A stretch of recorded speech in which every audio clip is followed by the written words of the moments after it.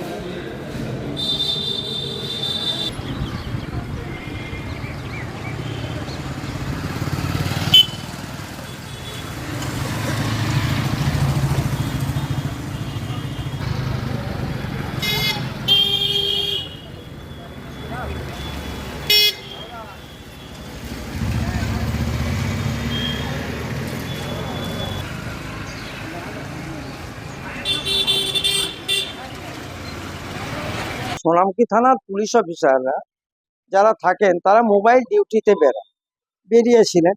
সেই সময় ওই বন্দিরামপুরের কাছে যে আপনার বালি খাদান আছে, সেই বালি খাদানের মালিক এবং স্টাফদের তাদেরকে তাদেরকে মানে কি বলবো, তাদেরকে মানে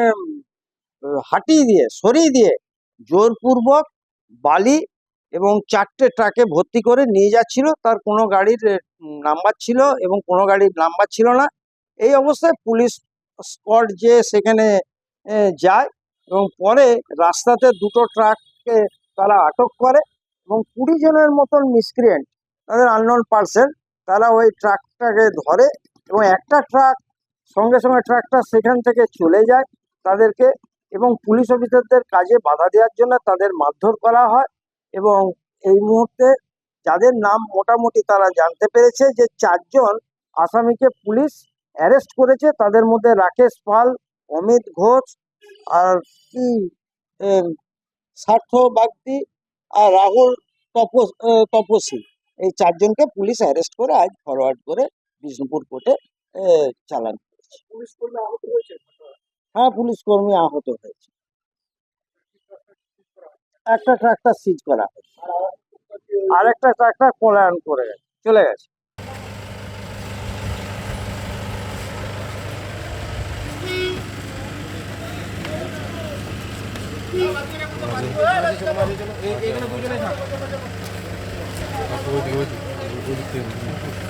মাঝে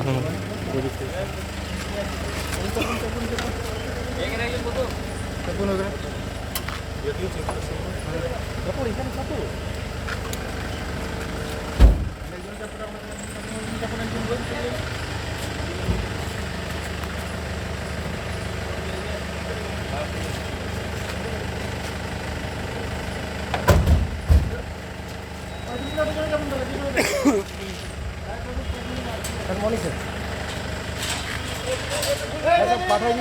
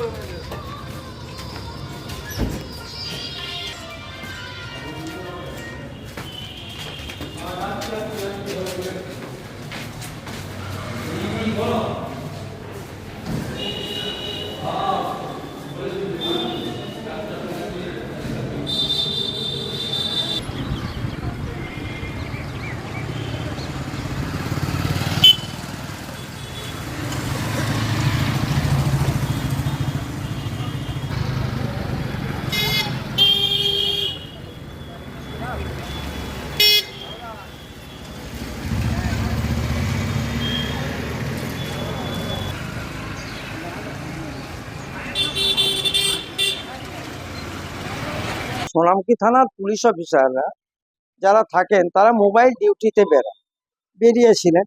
সেই সময় ওই বন্দিরামপুরের কাছে যে আপনার বালি খাদান আছে, সেই বালি খাদানের মালিক এবং স্টাফদের তাদেরকে তাদেরকে মানে কি বলবো, তাদেরকে মানে হাঁটিয়ে দিয়ে সরিয়ে দিয়ে জোরপূর্বক বালি এবং 4টে ট্রাকে ভর্তি করে নিয়ে যাচ্ছিল। তার কোনো গাড়ির নাম্বার ছিল এবং কোনো গাড়ির নাম্বার ছিল না।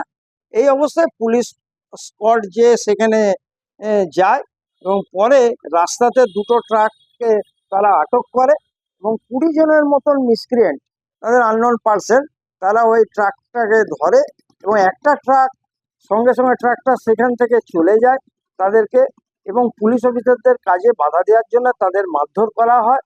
এবং এই মুহূর্তে যাদের নাম মোটামুটি তারা জানতে পেরেছে যে 4 জন আসামিকে পুলিশ অ্যারেস্ট করেছে। তাদের মধ্যে রাকেশ পাল, অমিত ঘোষ আর কি সার্থ বাগদি আর রাহুল তপসী, এই 4 জনকে পুলিশ অ্যারেস্ট করে আজ ফরওয়ার্ড করে বিষ্ণুপুর কোর্টে চালান করেছে।